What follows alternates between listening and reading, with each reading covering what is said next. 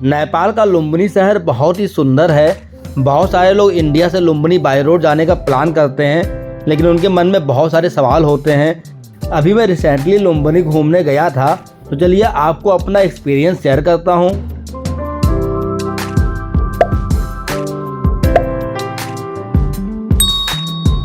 Trip की शुरुआत होती है गोंडा में हमारे गांव से।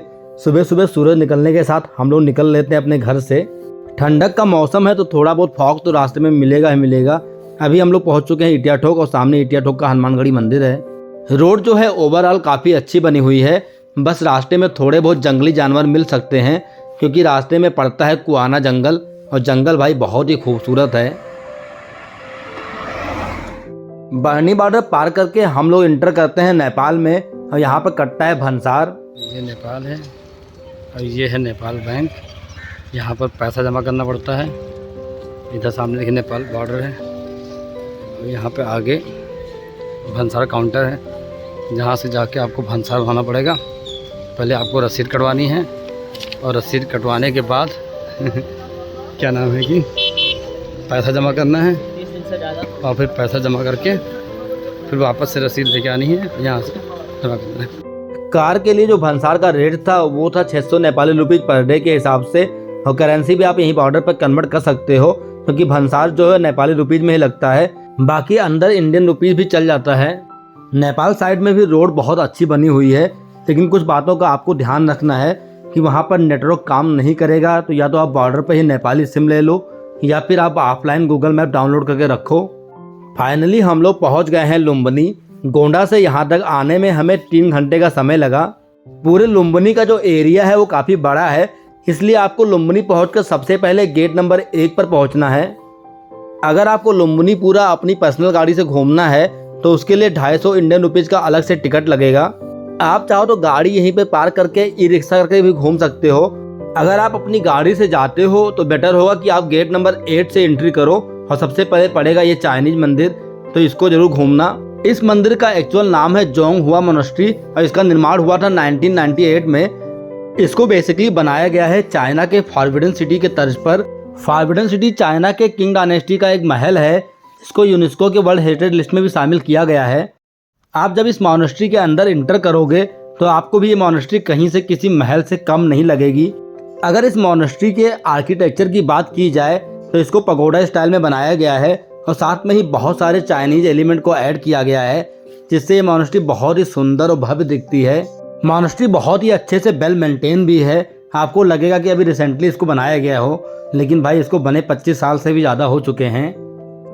मेन मंदिर के अंदर भगवान बुद्ध की जो मूर्ति है वो बहुत ही बड़ी है। वीडियो में पता नहीं क्यों मूर्ति छोटी लग रही है, लेकिन एक्चुअल में बहुत बड़ी थी। ये मोनेस्ट्री दोपहर में 12 बजे बंद होती है वहाँ के वर्कर्स के लंच टाइम के लिए।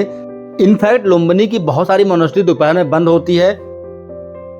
चाइनीज मंदिर घूमने के बाद हम लोग आ जाते हैं मायादेवी मंदिर में। मायादेवी मंदिर में जहाँ पर गाड़ियों की पार्किंग होती है, वहाँ से आपको कम से कम 500-600 मीटर पैदल चलना पड़ता है। मायादेवी मंदिर वही जगह है जहाँ पर भगवान बुद्ध का जन्म हुआ था, और इसको यूनेस्को के वर्ल्ड हेरिटेज साइट में भी शामिल किया गया है। अभी आप सामने जो व्हाइट वाला स्ट्रक्चर देख रहे हो, इसका निर्माण 2003 में हुआ था। इसके अलावा यहाँ पर सबसे पहला मंदिर सम्राट अशोक ने बनवाया था। सामने जो आप ईंटों की इमारतें देख रहे हो, ये अशोक के टाइम की हैं, और ये 3rd सेंचुरी की बताई जाती हैं। लेकिन सबसे पुराना अवशेष जो यहाँ पर मिला है वो है ईसा से 600 वर्ष पूर्व भगवान बुद्ध के टाइम का। यहाँ पर एक अशोक स्तंभ भी मिला है, जिसमें ब्राह्मी लिपि में नेपाल की लुम्बिनी के बारे में बताया गया है, और ये पूरे नेपाल का सबसे पुराना शिलालेख है। मायादेवी मंदिर के जस्ट बगल में आपको देखने को मिलेगा राजकीय बुद्धा विहार, और ये पूरे लुम्बिनी का सबसे पुराना मोनेस्ट्री है। इसको बनाया गया था 1958 में। ये मोनेस्ट्री मायादेवी टेम्पल का जो करंट स्ट्रक्चर है उससे कहीं ज़्यादा पुरानी है। आल्दो लुम्बिनी की बाकी मोनेस्ट्री की तरह ये काफ़ी बड़ी और भव्य नहीं है। चलिए अब आपको लेके चलते हैं एक और मोनेस्ट्री के अंदर, और ये भी काफ़ी पुरानी है। इसको बनवाया गया था 1968 में। इस मोनेस्ट्री का नाम है धर्म स्वामी महाराज बुद्ध विहार। ये एक तिब्बतन मोनेस्ट्री है, और इसको बनवाया था मस्तांग के राजा ने। पहले मस्तांग एक अलग तिब्बतन किंगडम हुआ करता था, लेकिन 2008 में वो फाइनली नेपाल का पार्ट हो गया। इस मोनेस्ट्री में आप बहुत सारे सुंदर पेंटिंग्स देख सकते हो। अब हम वापस से आ गए हैं पार्किंग साइट पर। यहाँ पर एक जोत जल रही है। इसके अलावा यहाँ पर एक वर्ल्ड पीस बेल भी लगाया गया है। बहुत सारे मोनेस्ट्री में आप ये बेल देखे होंगे। यहाँ पर एक कनाल भी बनाई गई है जो बहुत ही सुंदर लगती है। ये पूरे लुम्बिनी को 2 पार्ट में डिवाइड करती है। लुम्बिनी में दोपहर के टाइम में कई सारे मंदिर बंद रहते हैं, तो हमने भी सोचा क्यों ना बोटिंग कर ली जाए। यहाँ पर बोटिंग का जो चार्जेस था वो था 65 इंडियन रुपीज़ में, जो कि अप एंड डाउन दोनों का था। कनाल के दोनों साइड कुछ ऐसे संरचना बनाई गई है जो देखने में बहुत ही सुंदर लगती है। आप सामने देखो, काफ़ी अच्छा व्यू आता है। आप ऊपर चढ़ के यहाँ पर फोटो भी खिंचवा सकते हो। हाल तो पानी बहुत ज़्यादा क्लीन नहीं था, साइड में बहुत सारी गंदगी जमी हुई थी। लुम्बिनी में एक म्यूजियम भी है जो हम लोग गए थे उस टाइम पर बंद हो रखा था। आप चाहो तो वहाँ पर भी विजिट कर सकते हो। अगर आप भी लुम्बिनी घूमने जा रहे हो तो बोटिंग ज़रूर करना। बोटिंग करने में काफ़ी मज़ा आया हम लोग को। बोटिंग करके वापस हम लोग आ गए पार्किंग में जहाँ हमारी गाड़ी पार्क थी। उसके बाद पहुँच जाते हैं अगली मोनेस्ट्री की ओर। यहाँ पर बहुत सारे देशों ने अपनी अपनी मोनेस्ट्री बना रखी है। ये मोनेस्ट्री किस देश की है ये तो मुझे नहीं पता, लेकिन इसका नाम था मनांग सोसाइटी सेंटर। वीडियो में देखने में भले ही छोटी लग रही हो, लेकिन एक्चुअल में बहुत ज़्यादा बड़ी थी ये। आप देखिए, ये अंदर का वीडियो है, कितना बड़ा लग रहा होगा आपको। भगवान बुद्ध की बहुत ही विशाल प्रतिमा इसके अंदर थी। जब हम लोग इस मोनेस्ट्री के ऊपर चढ़े तो वहाँ से देखिए नज़ारा बहुत ही गजब का आ रहा था। सामने यहाँ पर एक और मोनेस्ट्री बनी हुई है वाइट कलर की, जो बहुत ही सुंदर लग रही थी। तो इस वाले मोनेस्ट्री में दर्शन करने के बाद हम लोग पहुँच जाते हैं उस वाले मोनेस्ट्री के अंदर। लुम्बिनी में मैक्सिमम मोनेस्ट्री बहुत ही अच्छे से मेंटेन है, बहुत ही सुंदर लगती है। कोई भी चीज़ जब अच्छे से मेंटेन होती है, साफ़ सफाई होती है, व्यवस्थित होती है, तो वो और भी ज़्यादा अच्छी लगती है।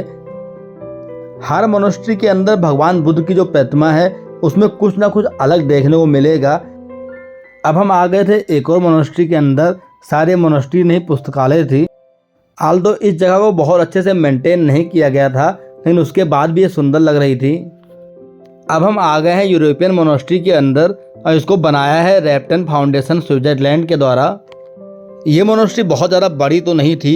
इसके दोनों साइड में ऐसे गोम्पा बनाए हुए थे, एक जो गोल्डन कलर था और एक सिल्वर कलर का था। इसके बाद आपको ऐसी जगह पर ले चलेंगे जहाँ पर लाइन से बहुत सारी मोनेस्ट्री बनी हुई है और वो लुम्बिनी का बेस्ट पार्ट है। बहुत सारी मोनेस्ट्री में मैंने इन मूर्तियों को देखा है। इसका क्या अर्थ है, आई थिंक ये भगवान के कोई दूत या कुछ होंगे या कोई गुरु होंगे, मुझे नहीं पता। ये मोनेस्ट्री भी अंदर से काफ़ी अच्छी थी, लेकिन इसके बाद हम आ गए उस वाले एरिया में जो सबसे बेस्ट है पूरे लुम्बिनी का। यहाँ पर एक तालाब बनाया गया है, बीचों बीच में भगवान बुद्ध की मूर्ति लगाई गई है और तालाब के चारों ओर बहुत सारे देशों की मोनेस्ट्री बनी हुई है। सामने देखिए, ये मोनेस्ट्री बहुत ही सुंदर थी और इसके अंदर ग्रेनाइट के भगवान बुद्ध की बहुत सारी मूर्तियाँ थी, लेकिन अंदर से फोटोग्राफी अलाउड नहीं था यहाँ। सामने देखिए, आपको बहुत सारी मोनेस्ट्री दिखाई दे रही होगी। यहाँ पर श्रीलंका की मोनेस्ट्री, यूरोपियन मोनेस्ट्री और बहुत सारी कंट्रीज़ की मोनेस्ट्री लाइन से बनी हुई हैं। उनमें से मैक्सिमम मोनेस्ट्री बहुत ही सुंदर हैं। इतनी सारी मोनेस्ट्री थी कि एक दिन में सारा कुछ घूमना तो फिजिबल नहीं था। इस वजह से हमने कुछ मोनेस्ट्री को स्किप कर दिया, जैसे जापान की और कोरिया की, इसको हमने बाहर से देख लिया। चलिए आपको लेके चलते हैं लोटस स्तूपा के अंदर। ये मोनेस्ट्री भी बहुत सुंदर थी, लेकिन यहाँ पर भी अंदर से फोटोग्राफी करना अलाउड नहीं था। इस मोनेस्ट्री के जस्ट बगल में बनी हुई थी वियतनाम की मोनेस्ट्री। ये भी बहुत बड़ी और बहुत सुंदर थी। बहुत सारे देशों की मोनेस्ट्री आपने देख ली। अब आपको घुमाते हैं नेपाल की मोनेस्ट्री। ये मुझे बिल्कुल अलग लगी क्योंकि इसका आर्किटेक्चर बहुत ही अलग था और बहुत ही सुंदर लग रही थी मोनेस्ट्री। पूरे लुम्बिनी में पहला मंदिर मुझे ऐसा मिला जिसको नेपाली स्टाइल में बनाया गया है। आल्दो ये मोनेस्ट्री बहुत ज़्यादा बड़ी नहीं थी, लेकिन उसके बाद भी बहुत ही सुंदर और यूनिक लग रही थी। अब चलिए आपको लेके चलते हैं गेट नंबर 3 की साइड में। वहाँ पर 3 बहुत ही सुंदर मोनेस्ट्री है, लेकिन रास्ते में देखिए मुझे एक और मोनेस्ट्री दिखी जो बहुत ही बड़ी बन रही है। इस वजह से हम लोग इसके अंदर नहीं गए, लेकिन ये one of the best monastery होगी फ्यूचर में। गेट नंबर 3 के साइड में ही इंडियन मोनेस्ट्री है। आई थिंक वहाँ पर फोटोग्राफी अलाउड नहीं थी, इस वजह से हम फ़ोटो नहीं ले पाए। लेकिन अब हम आ गए हैं थाईलैंड की मोनेस्ट्री के अंदर। ये बहुत ही सुंदर और बहुत ही यूनिक है भाई, बहुत ही भव्य और बहुत ही प्यारी लग रही थी। यहाँ पर बहुत ज़्यादा भीड़ भी थी क्योंकि मैक्सिमम लोग फोटोग्राफी के लिए लगे हुए थे। आल्दो यहाँ फोटोग्राफी के लिए कोई रोक टोक था नहीं, इस वजह से जहाँ पर फोटोग्राफी अलाउड होती है वहाँ पर भीड़ ऑटोमेटिक लग जाती है। मंदिर के अंदर भगवान बुद्ध की मूर्ति को भी थाई स्टाइल में बनाया गया है। थाईलैंड की मोनेस्ट्री घूमने के बाद हम लोग आ जाते हैं म्यांमार की मोनेस्ट्री देखने के लिए। और ये भी काफ़ी सुंदर है, बिल्कुल अलग स्टाइल में इसको ही बनाया गया है। लुम्बिनी जगह मुझे इसलिए भी काफ़ी अच्छी लगी क्योंकि एक जगह पर आकर आप बहुत सारे देशों का आर्किटेक्चर देख सकते हो, उनका मंदिर का स्टाइल देख सकते हो। म्यांमार मोनेस्ट्री के अंदर ही गोल्डन स्तूपा भी है। इसके बाद हम लोग आ जाते हैं कंबोडिया का मंदिर देखने के लिए। कंबोडियन मोनेस्ट्री भी बहुत सुंदर बनी हुई है, पूरा कंबोडियन आर्किटेक्चर फॉलो किया गया है इसके अंदर। बहुत ही प्यारी लगती है ये वाली मोनेस्ट्री भी। आल्दो बाकी मोनेस्ट्री के कंपेयर में ये वाली मोनेस्ट्री थोड़ा मेंटेन कम थी। यहाँ पर कुछ ऐसे वर्क भी थे जो अभी कंप्लीट नहीं हुए थे, लेकिन जो बौद्ध भिक्षु हैं उनको इससे कोई मतलब नहीं था। वो देखिए मंदिर की ओर मुख करके ध्यान लगाए हुए हैं। गेट नंबर 3 के साइड में ये 3 मोनेस्ट्री सबसे मेन है। इसके अलावा भी 1-2 मोनेस्ट्री और थी, वहाँ पर भी आप दर्शन कर सकते हो। लुम्बिनी में अभी एक और इम्पॉर्टेंट जगह बची थी घूमने के लिए, जिसका नाम है वर्ल्ड पीस पगोडा, यानी कि शांति स्तूपा। पूरे दुनिया में 80 शांति स्तूपा बनाए गए हैं, जिसको वर्ल्ड वार 2 के बाद शांति के लिए बनाया गया था। इसके पहले भी मैं कई जगह शांति स्तूपा देख चुका हूँ, जैसे कि लद्दाख, दार्जिलिंग, दिल्ली और भुवनेश्वर में। राजगीर जब मैं गया था तो वहाँ वाला शांति स्तूपा हमसे मिस हो गया था देखने के लिए। आल्दो मैक्सिमम शांति स्तूपा का जो स्ट्रक्चर होता है वो सिमिलर ही होता है, बट थोड़ा बहुत भगवान की जो मूर्तियाँ बनाई गई हैं वो अलग होती हैं। लुम्बिनी में शाम हो गई थी, अब टाइम था वापस हमारे होम टाउन गोंडा जाने का। तो भाई लुम्बिनी का सफ़र हम यहीं ख़त्म करते हैं। आई होप आज का वीडियो आप लोगों को पसंद आया होगा। तो वीडियो को लाइक और चैनल को सब्सक्राइब करना मत भूलिएगा।